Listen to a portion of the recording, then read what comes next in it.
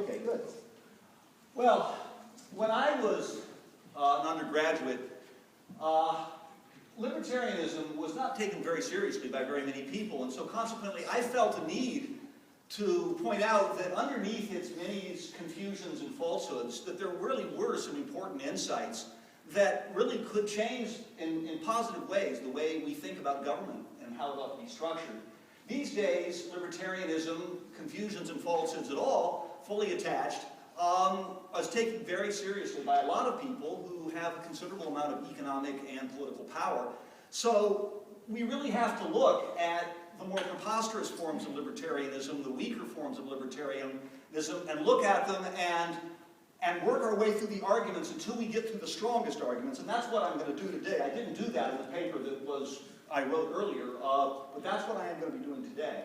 I'm going to be looking at various different kinds of arguments for libertarianism and slightly different attitudes of what it's supposed to be. I'm going to start with anarchist libertarianism, which is pretty preposterous, but surprisingly there are a fair number of people who believe it.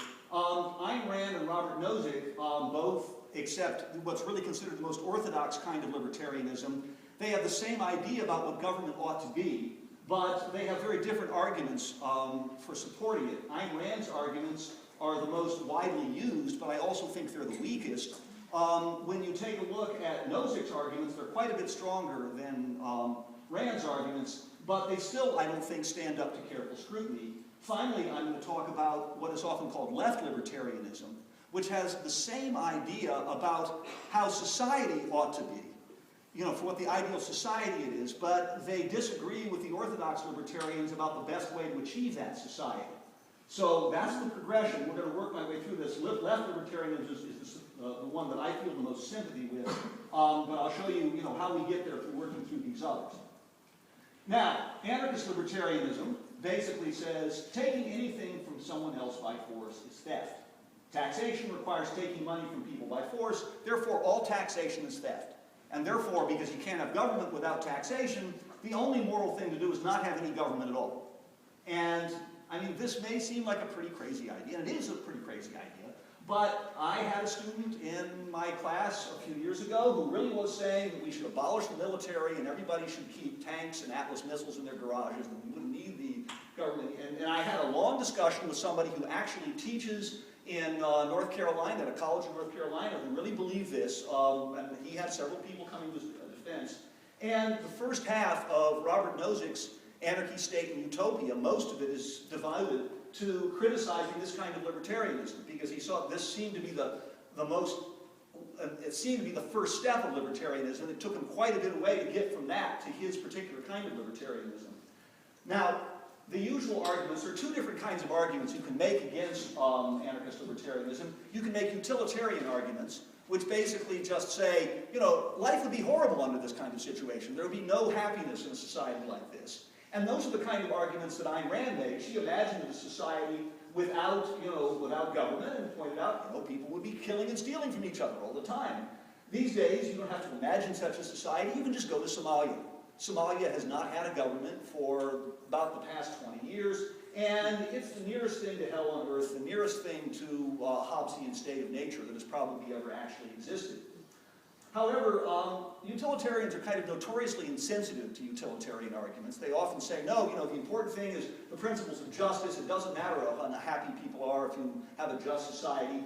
So you really have to make another argument for them, which is the rationalist argument from justice, to show that this idea of government doesn't even live up to its own ideals.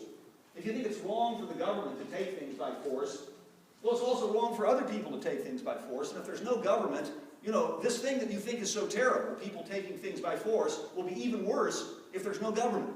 So even on the terms of its own ideals, it's actually self-contradictory. And therefore, surprise, surprise, government must capture and punish people who steal and murder, etc. Now, Rand recognized this, Ayn Rand recognized this, and so she said, as much as she hated government, she admitted the state must have a monopoly on force, and that's pretty much the definition of the state, is it's the only organization in the society which has a right to force people to do things. But she says it should only use force to protect property and enforce contracts. And that means that the only legitimate branches of government are the military, the police, and the courts.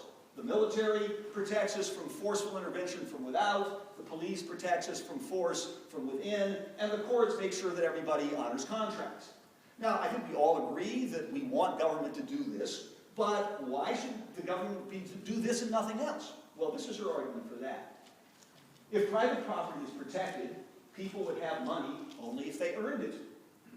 Everybody in such a society, when you had a government that did nothing but that, everyone who was rich would deserve to be rich, and everyone who was poor would deserve to be poor, and therefore any kind of social programs, public schools, roads, fire departments, earthquake relief, minimum wage laws, laws regulating working conditions, anti-pollution laws, all of those would be taking from those who earned their wealth, the makers, and giving to those who didn't, the moochers. So that's why it's morally wrong to have a government that does anything other than protect property rights. Now, I'm going to respond to this by what's called a reductio ad absurdum. I'm not going to claim that Rand actually said this anywhere or that she actually consciously believed this, but I am saying that this is what her position necessarily implies, and therefore their position should be dismissed because it implies this absurdity. Okay, Rand says all wealth is earned in a perfectly free market. So, how do you define earning? Well, someone has earned something only if they've acquired it through their own efforts. Therefore, if it's possible for everybody to have all their wealth be fully earned in a perfectly free market, this means that you can do anything you want if you make enough effort. This basically means that the wealthy create their wealth ex nihilo, the way God created the universe. Let there be money and there's money. No, nothing else has to be involved for them making it. It means that if you drop parachute a baby into the Gobi Desert with a Bowie knife, and that baby doesn't eventually become as rich as Donald Trump, it's because the baby didn't try hard enough. Now, you notice this word libertarian. It actually has another use in philosophy. When people who deal with the free will issue talk about it, the position that says that there is such a thing as free will is often called libertarians. And we usually have to say, those of us who are this kind of libertarian, we have to say we're philosophical libertarians, not political libertarians. But there really is a connection here because libertarians, really orthodox libertarians of this sort, really have to believe not only in free will, but they have to believe in the kind of free will that people believe in before they've ever taken a course on the subject. The kind of free will that a freshman in the first day of a philosophy class thinks free will is. Whenever I've taught about the free will issue, the first thing I do is I ask my students, what is free will anyway? And the one student who has the nerve to stick his hand up and his neck out, or her hand up and neck out, will say, well, free will means you can do whatever you want. At which point I say, oh, so that means you have to believe that you can flap your arms and fly to the moon. Well, we're not going to have much of a philosophical discussion here because we all agree you can't flap your arms and fly to the moon, so therefore nobody believes in free will. But surely some of you believe in free will, and then say, oh yeah, and then you start having a serious conversation about what free will must actually be. And, when you take a look at some of these ideas about what free will, you realize it's a matter of choosing between varying alternatives, and it's pretty obvious that free will doesn't just imagine by, just sheer effort of will making whatever you want to happen, happen. Now, in fairness to Rand, this kind of extreme libertarian view was a reaction to the extreme communist socialist view that she encountered growing up in Leninist Russia. If you look at the extreme communist position, basically you're going to say that all private property, all differences in wealth, are purely a result of completely impersonal market forces. So this is a kind of hard determinism. And if hard determinism is true, then effort makes no difference. It doesn't matter how hard you tried. Basically, effort is a kind of epiphenomenon. And because all wealth distribution has nothing to do with merit or effort, therefore all private property is theft. And the only just thing to do is to distribute all wealth equally. And Ayn Rand's father actually had a situation a fair number of times where he would build up a business and then the government would take it away from him because they said it's unfair for you to have all this money.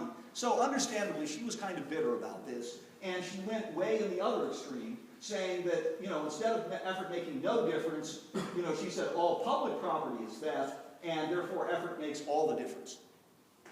Now, Rand says in Atlas Shrugged that our only choice is an either-or choice between these two extremes.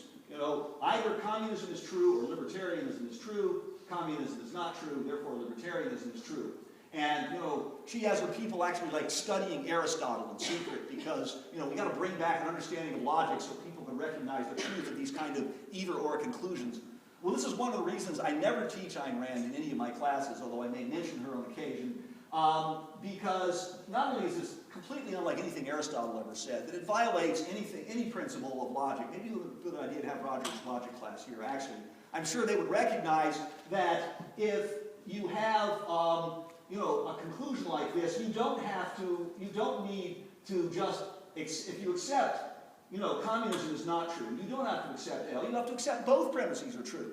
In other words, you have to say that the only alternatives are communism or libertarianism. You can always falsify a disjunction by adding one more disjunct to it. So, if it turns out that there are other alternatives other than effort makes all the difference, and effort makes no difference, then this argument doesn't go through. And if anybody with any common sense, if you think about this, you can see, of course, that both of these positions, are clearly, overstating their respective cases. In real life, distribution of wealth is determined by a balance of effort, skill, and opportunity. Now, effort is the one case where you really feel that people totally deserve things they get through their own effort. You got it by the sweat of their brow, therefore it's mine, and so forth. But effort doesn't do you any good, or how much good effort does you depends on what opportunities are available to you. Opportunities are, by definition, those things which you have no control over, the things that fall into your lap, that enable you to use your efforts. And also there are issues of skill. Now, skill is kind of right in between effort and opportunity. I see it. John Rawls says that skill and opportunity are morally on a par with each other.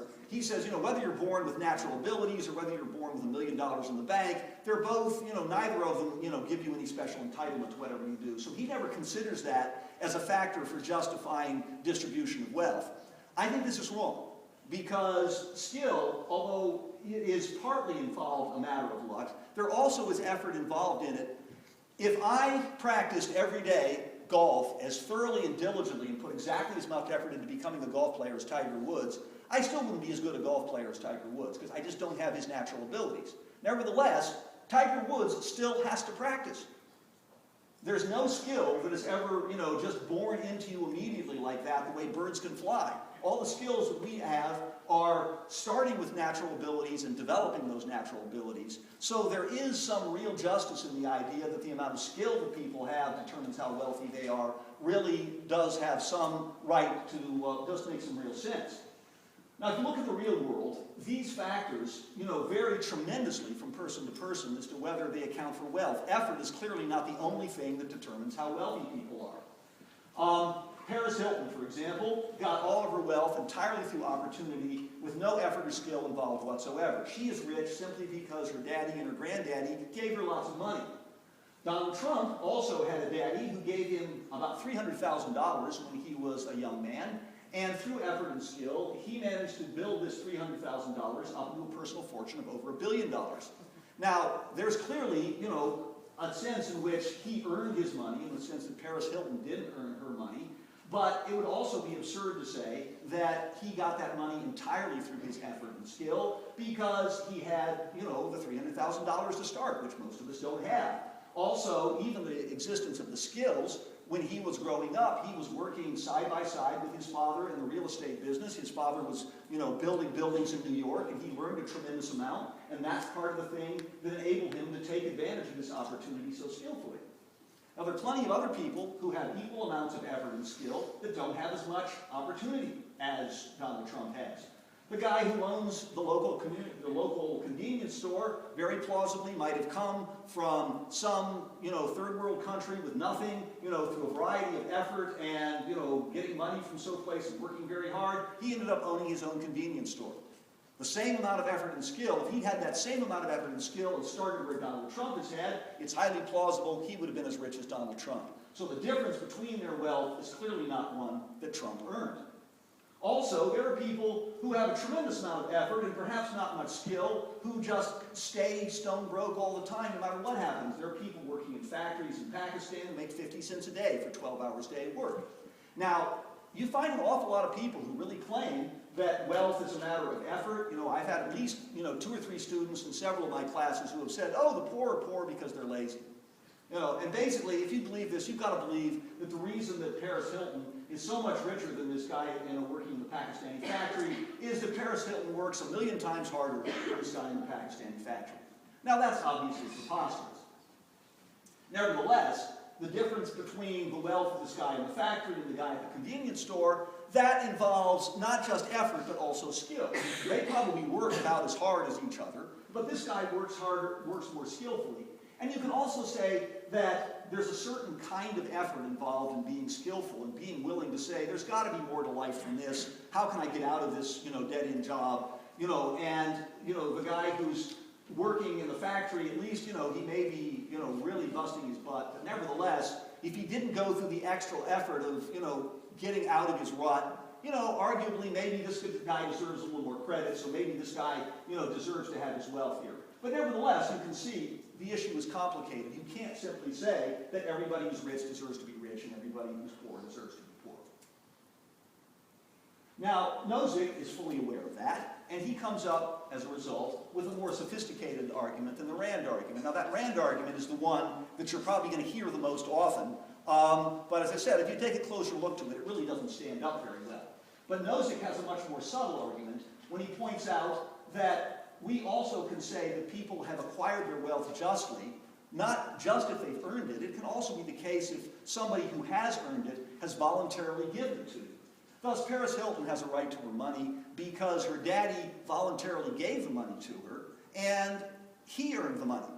So what Nozick has a broader concept, which he calls just acquisition, and earned wealth is an example of just acquisition, and also voluntary gift of somebody who earned the wealth. If you acquired it, that's also a just acquisition. So if you have a situation where everybody has their wealth justly acquired by one of these two situations, then any government activity that does anything other than protect property rights is going to violate the rights of its citizens. Because whether somebody gave you the money or whether you earned it, you still have it as a just acquisition.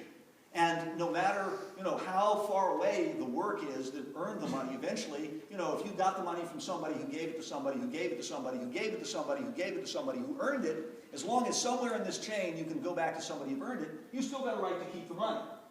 Now, you might think, well, isn't this going to really produce the sort of society that we want if we just let everybody keep their money like this? And some libertarians say that. They'll say, oh yeah, the free market is great. You let the invisible hand will go through and bless us all, and eventually, everybody who's rich will deserve to be rich, and everybody's poor deserves to be poor. All this government intervention has made it our society doesn't work that way, but in a free market society, we work that way. Well, Nozick is not stupid enough to believe that, and so he just looks at this problem slightly differently. He says we shouldn't even ask that question. It's not government's job to even ask that question. The question of justice resides in the underlying principles that are followed, not in a resulting pattern that comes from following those principles. As long as all acquisitions of property are just, the government has no right to intervene, and what sort of society emerges from that is not government's business to ask. Now, this is, I think, a kind of extrapolation from the concept of the separation of church and state.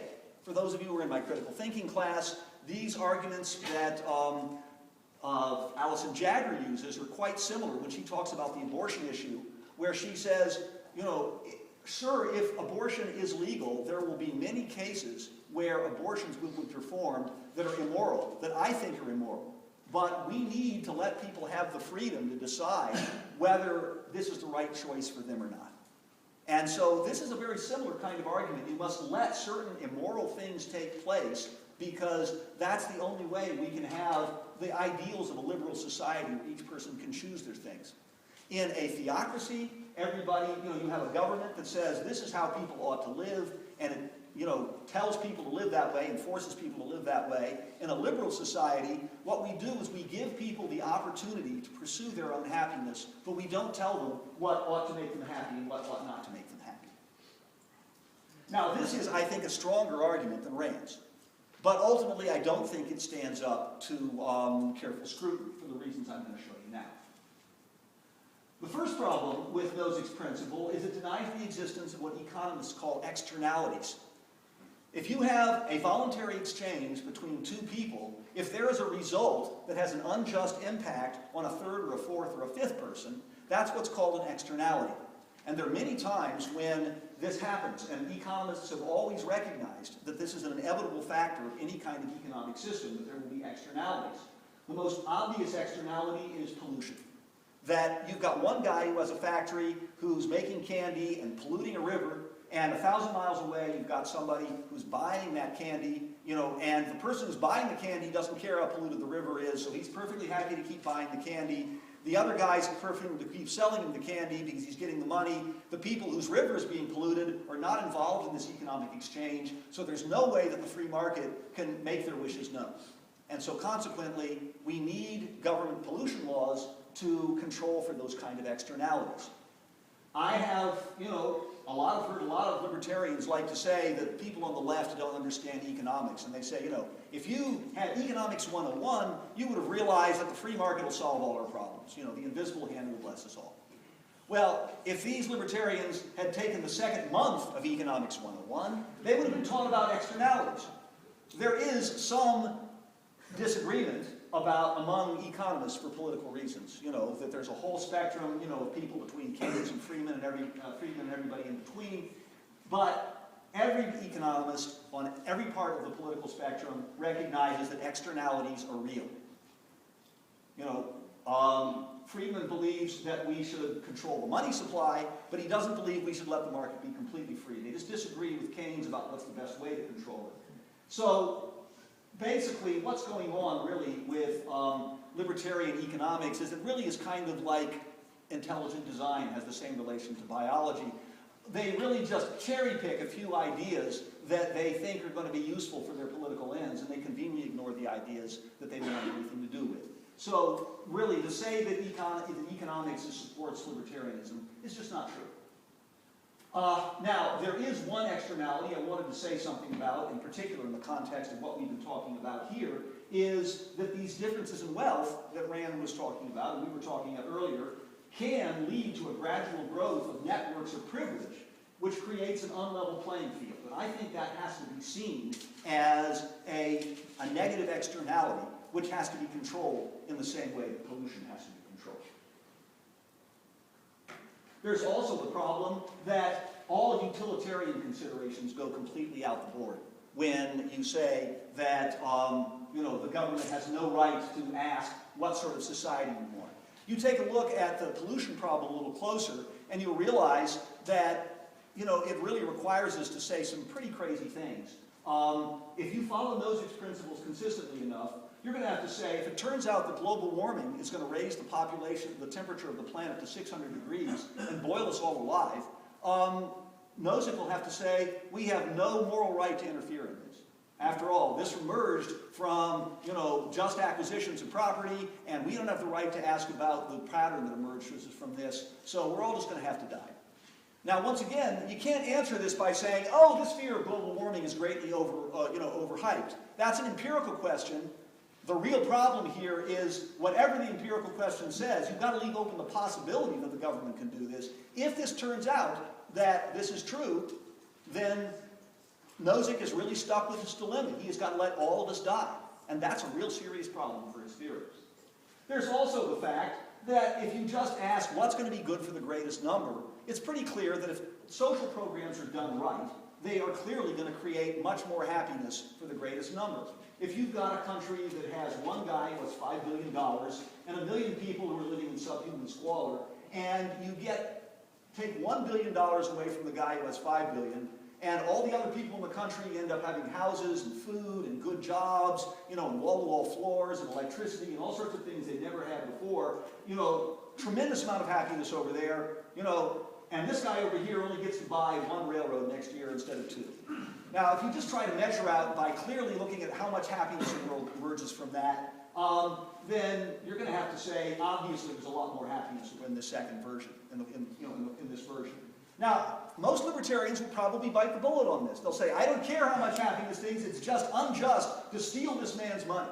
And they'll probably even mention Dostoevsky at this point. You want your society built on one unjust act, slaughtering one baby so that everybody else can be happy for all time. Surely there's something wrong with that. Okay, I don't have any answer for that. But I think the rest of us will feel that there clearly, even if this argument isn't decisive, it's one that needs to be taken very seriously.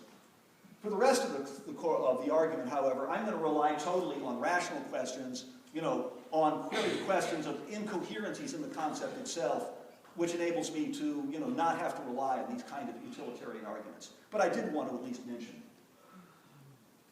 it. The biggest problem with Nozick-ian libertarianism is that there are incoherencies in all three of its major concepts. You've got to have completely unconditional property rights that are never allowed to be valuated for any reason whatsoever, established by a lineage of just transfers, from voluntary gift to earning to voluntary gift, etc. And all of this has to be traceable back to original acquisition, which itself was fully just and fully felt the ideals of justice. Well, the first problem is no one in the real world can justify their property rights by citing a lineage of just acquisition. All military and political history is basically the story of people murdering each other to get real estate. And, sure, there are lots and lots of just acquisitions this morning. I had one the other day where I bought some sushi from Oliver's, and you guys, all there are just acquisitions all the time, but those things don't ever get in the history books. And you look for any period of time, there's always some moment where one large group of people comes in and, burns and kills and rapes and takes large numbers of things that belong to some other group of people. And it's just impossible that there's a single person on this planet that somewhere in their lineage of just acquisition doesn't have at least one of those things in there. And Nozick actually admits in his book that, if that's the case, maybe we do need to, have some sort of rectification principle. Well, I think it's clearly just impossible that there's anybody on the planet. I mean, it's not logically impossible, but on the planet that we happen to live on right now, I just think there's absolutely no reason to believe that anybody has ever, can claim that their property is justly acquired in this way. It doesn't mean that people don't have property rights. It means that this is not the way to establish them. We've got to come up with some other way of establishing them. Secondly, there are really serious problems with this idea of a unilaterally declared original acquisition. I mean, the usual image is somebody goes out in the woods and finds a tree and cuts it down and carves it into a spear, and that's now his spear because he carved it. But, how many trees is this guy allowed to cut down? Is he allowed to cut down all of them? What about if there are other people who want to cut down the same tree? There's a story in an Icelandic myth once about this whale that washes up on shore, and one group of people say they want to claim the meat, another people claims want to meat, and they start fighting each other. There really isn't any way that anybody can claim any justice, so why does one group get to claim the whale and another group claim the whale? There isn't any real way of settling that. And the real problem is that this idea of acquisition and the libertarian idea of property in general seems to be built on this one-to-one relationship between a person and an inanimate object. I own this. But in fact, ownership always perceives a relationship between a person, an inanimate object, and a society as a whole. Because you're imposing an obligation on everybody else to say, you can't take this because it's mine. Jeremy Waldron points out, makes this point very effectively, and he points out the Acquisitive Act puts everybody else under an obligation. Thousands of other people, including people he's never spoken with, people he's never met, people who've never even heard of him, suddenly find themselves laboring under obligations they did not have before. So, once again, we've got to come up with some other idea of what really would justify the right for people to acquire property originally from this state. The way people, supposedly when, Christopher Columbus landed on this land and claimed this land for Spain, what justifies these sort of claims? Are there claims of this sort that can be justified? He spends quite a bit of time looking at various possible justifications. My favorite was one that was originally said by Thomas Paine. And Paine said, if we didn't let somebody take advantage of this unclaimed property and work it in some way, none of us would get any benefits out of it. Somebody's got to do the work. And therefore, you've got to let, you've got to give land grants to people, you've got to give mineral rights to people so they can, make land productive in some way. And the people who do this, they deserve to become wealthy as a result of this, because it takes a lot of work and a lot of skill to farm land properly and to, pull land out by, minerals out by mining and so forth. But Paine says it's the value of the improvement only, and not the earth itself, that is individual property. Every proprietor, therefore, of cultivated lands owes to the community ground rent. This is the same idea behind the idea of the oil extraction tax, which every other state in the Union except California has. Yes, it does take a lot of work for the oil companies to pull the oil out of the ground. They should make money, and substantial amounts of money, from doing that. But why are they given the right to pour out the oil rather than anybody else? Why do they own the oil more than you or I do? There's no answer to that question, and therefore the only appropriate thing to do is to have them give some of the money they make back to the rest of us to, for example, pay for schools. Wait, did you say California doesn't do this? California doesn't do this. It's the only state that doesn't have an oil extraction tax. Yeah.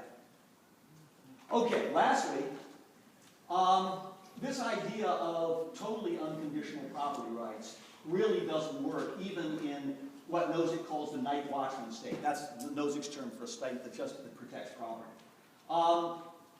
He says, he imagines a thought experiment. Let's suppose we have a state like Nozick's or Rand's favorite state, only protects contracts and property rights, and suppose there's some wealthy person who wants to donate to the Lutheran Church. Well, you know, the tax collector comes by and says, sorry, we need some money for the army, the police, and the courts.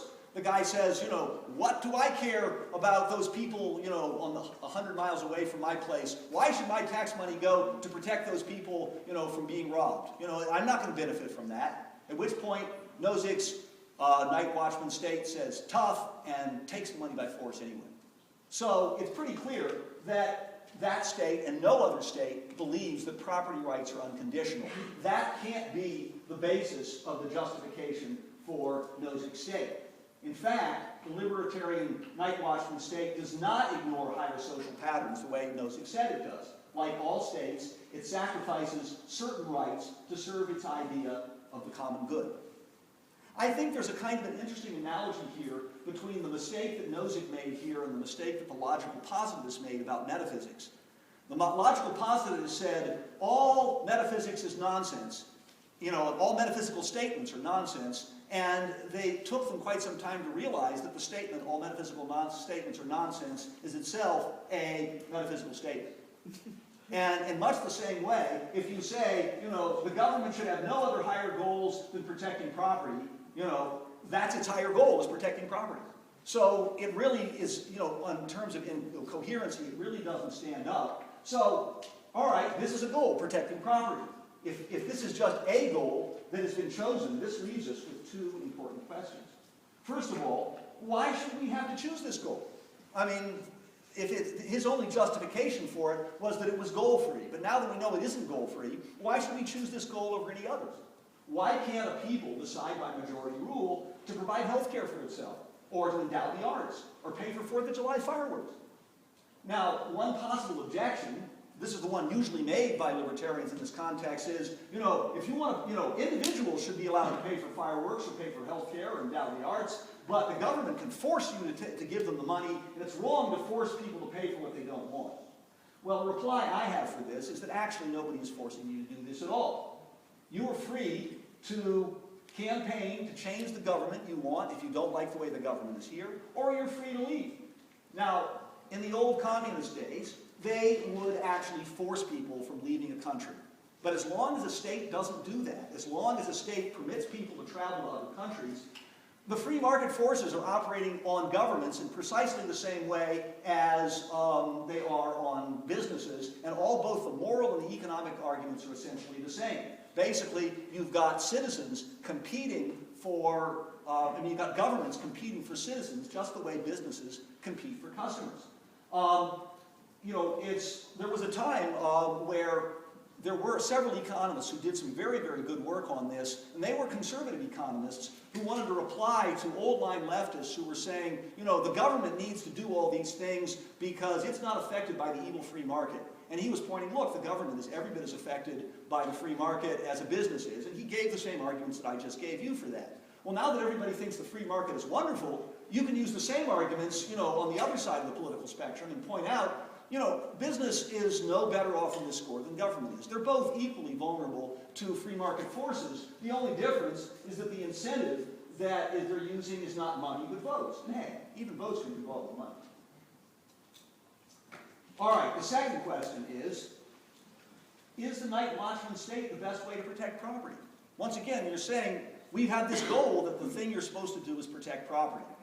It's not a goal-free state. So now we've got to ask ourselves, what's the best way to protect property? And that's a question that needs to be answered by empirical research. It can't be answered by just ethical theorizing. Suppose this research reveals that the primary cause of crimes against property is that the uneducated underclass have no job skills, and therefore they have no alternatives but to turn to crime.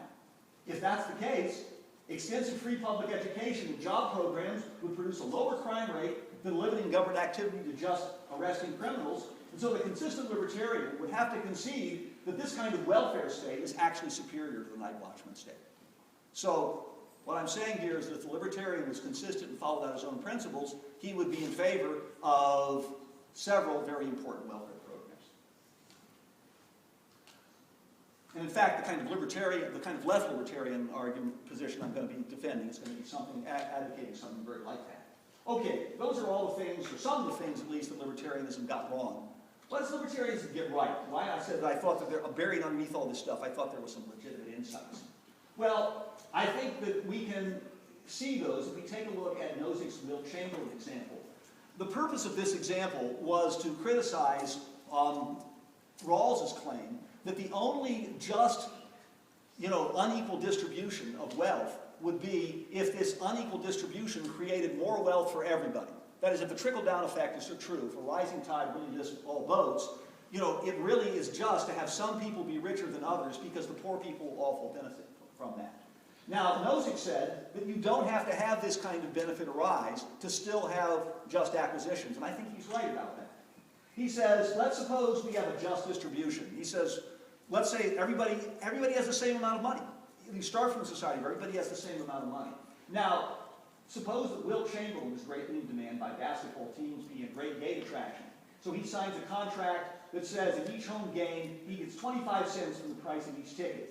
Let's suppose in one season, 1 million persons attend his home game, and Wilt Chamberlain winds up with $250,000, a much larger sum than the average income and larger than anyone else. Now, why would this new distribution, D2, be unjust? Each person already had his legitimate share under D1. Under D2, there's nothing that anyone has that anyone else has a claim of justice against. I think this is right. I think that, there are times when there's a moral, the benefit to the person who gets the extra money is sufficient reason to justify certain people being richer than other people. I think, for example, that if somebody records a song that millions of people listen to and download, and nobody pays a dime on this, and this person doesn't make any money, it's not just enough that this guy gets an equal distribution of the general body politic. That person has a moral right to get millions of dollars from the fact that millions of people have listened to his song. However, this example works only because we start with a fair distribution. Remember, that's the way he set it up. Suppose everybody starts out with the same amount of money. Suppose Wilt Chamberlain actually was living on an estate he inherited from 10 generations back, and he never does any work. He sits on the front porch, drinks mint juleps, and watches his tenant farmers work, slave away, and, because this is their only alternative to starvation, in this situation, we certainly want to say that situation wouldn't be as just as the situation that Nozick was talking about. So that's why Nozick started off by saying we all had an equal share. I think we should honor that intuition and recognize that it's the goal of government to try to create equal opportunities for everybody. Once those equal opportunities are set up, there will be unequal distribution of wealth, and that unequal distribution of wealth will be just if it is accurately hooked up in some way with productivity. And that's why you end up with the concepts that are a central part of left libertarianism, which makes it different from right libertarianism, of stakeholding and safety nets. Now, stakeholding means that everybody should be given something like the kind of thing that Donald Trump had when he started out, some sort of money, some sort of thing that they can start off with, so that their efforts and skills will be able to build off of some sort of opportunity, and their wealth will be a real measurement of how hard they work and how skillful they are, not just a matter of how lucky they were to get certain sorts of parents. And stakeholding really gets us closer to that kind of society. Also, we need to recognize that, the free market, is not fair all the time, even if everybody starts out right. There are just bad things that happen sometimes that are nobody's fault. And so, obviously the people that have these kind of bad luck are not going to be rich as the people who have good luck, but at the very least, we ought to make sure that when they hit the bottom isn't that far down. That there's some sort of safety net so that they still, if people have bad luck, they don't have to suffer unfairly because of that bad luck. Now, these concepts, I believe, are part of the American ideal of government as it's existed pretty much since the inception of the country. This was the idea behind the Homestead Act. The idea that anybody who was willing to work the land would be given a piece of land free. This was really one of the main reasons that America was called the land of opportunity. It's not just that the government wouldn't stop you from doing this or that, which is the way the libertarians also say. The Homestead Act was there to make it possible for people to build up their, to really have their labor turn into something rather than just having to be exploited by somebody who owned the land they worked on. There were also very powerful economic reasons for this. Friedman likes to say that, this was the biggest growth period in American history, and one of the biggest growth periods in the history of the planet was immediately after the Civil War. And he says, well, that's because the government wasn't doing anything. But in fact, the big growth period started 10 years after the Homestead Act. And so really what happened was the Homestead Act was the biggest Keynesian stimulus program that anybody had ever seen, and it worked really, really well. Utterly apart from the issue of the moral questions, there are also economic reasons why that's a very good thing to do. Also, the idea of the Little Red Schoolhouse, the idea that everybody in America, the government will pay for education for everybody. That was a radical idea when America started doing that. America perhaps wasn't the first country, but they were one of the first. And this is a very different situation than a situation where you're born into a place where, your father is a farmer and you're a farmer, you've got to work in the fields all day, you never learn to read and write, and so because you'll never learn to read and write, you'll be nothing but a farmer too, or nothing but a farm hand. And when you have a society that provides education for everybody, that kind of inequality of opportunity disappears. So, once again, we're talking about, opportunities and skills. The Little Red Schoolhouse provides skills, the Homestead Act provides opportunities. Also, I'd like to point out that this was a Republican plan. That Abraham Lincoln was the one who came up with the Homestead Act, and the biggest development, extension of the Little Red Schoolhouse was the Land Grant Colleges Act, which I believe had something to do with the CSU system that we're involved in now. If it wasn't for here, it was certainly, in other states of the Union, the Land Grant Act is what made schools like the CSUs possible. However, we can't use the Homestead Act anymore because we don't have the free land anymore. There's a novel by a Norwegian writer named Lord Homsen called Growth of the Soil, which is basically a libertarian wet dream. This guy gets an axe, and he walks out into the forest, and he cuts down, a couple of trees, builds a lean-to for himself. Next morning he wakes up, cuts down a few more trees, plows the land a little bit. This goes on for like 200 pages, step by step, inch by inch. And by the end of the novel, the guy has like 20 acres of wheat, he's got tractors, he's got barns, he's got a family, all created literally by the sweat of his brow. Now, this is a great thing, but he was only able to do this because the Norwegian government let him have the land. That is something which is mentioned briefly in the thing. They gave it to him because, he had squatted on it. If you try doing this in Central Park right now, you're going to get arrested. In fact, there are people who do try to do this in Central Park, and they do get arrested. They're called homeless people. It was interesting, a lot of people in the 19th century used to think of Native Americans as being lazy bums because they lived by hunter-gathering, the way they always had before they got there. And it was really remarkable, exactly the way they lived, but all of a sudden when the white guys show up and start farming the land, it turns out that hunter-gathering now becomes identical with just being a bum. Okay, now, the concept of safety nets is, I think, also an important part of American history. Okay, a lot of controversy, at least there are fairly vocal group of people, apparently a minority, who think that healthcare is un-American, but we do require hospitals to let people into the emergency rooms.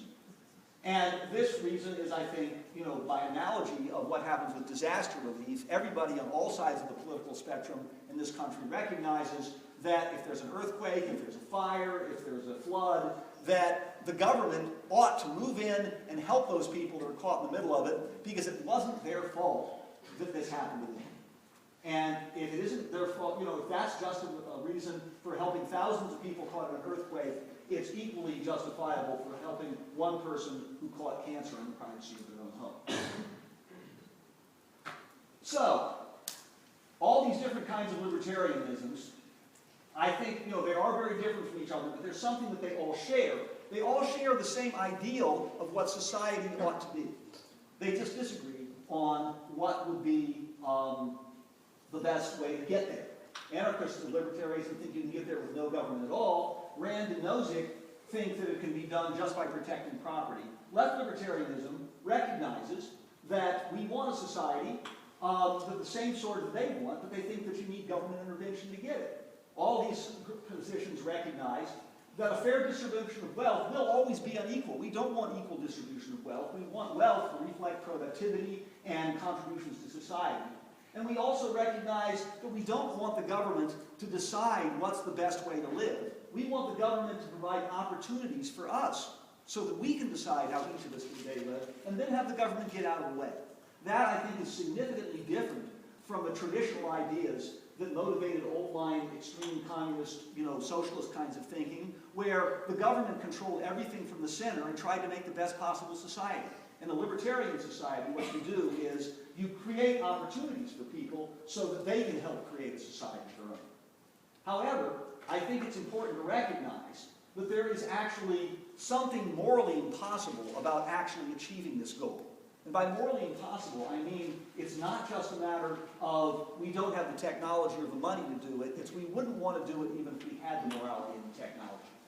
Rawls says the principle of equal opportunity can only be partially carried out, at least as long as the institution of the family exists. Sort of implying maybe we want some sort of thing like in Plato's Republic where everybody lives in common or something, and then we might have justice. Well, Lawrence Fishkin takes a look at some of these possibilities when he fleshes them out. You see they're really pretty morally repugnant if you didn't see that already. One of the possibilities he suggested is, look, suppose there was a lottery system at birth that randomly assigned babies to families. Equalized chances would result from this arrangement, but the liberty of parents to raise their own children would interfere with coercively. Nobody wants you to do this. This is just be wrong. Now, I think an awful lot of people who do ethics really think that, take it as kind of an article of faith, that our ethical intuitions must all be resolvable into a single coherent system. I don't think that's true. I think that we have conflicting ethical intuitions. We know that we have certain obligations to our family. We know we have certain obligations to society. What's happening in traditional leftist thinking is that they said that all obligations to family and to individual have to be forgotten so that we all see, just obligations to society. All men are brothers, which means that everybody should be treated like family. Family shouldn't be special. The libertarians are saying we shouldn't even think about society at all. We should just think about the individual and family. I think neither of those work. We've got to recognize that our moral system has got to balance out these intuitions, but we also got to recognize that the balance is never going to be perfect. Thank you.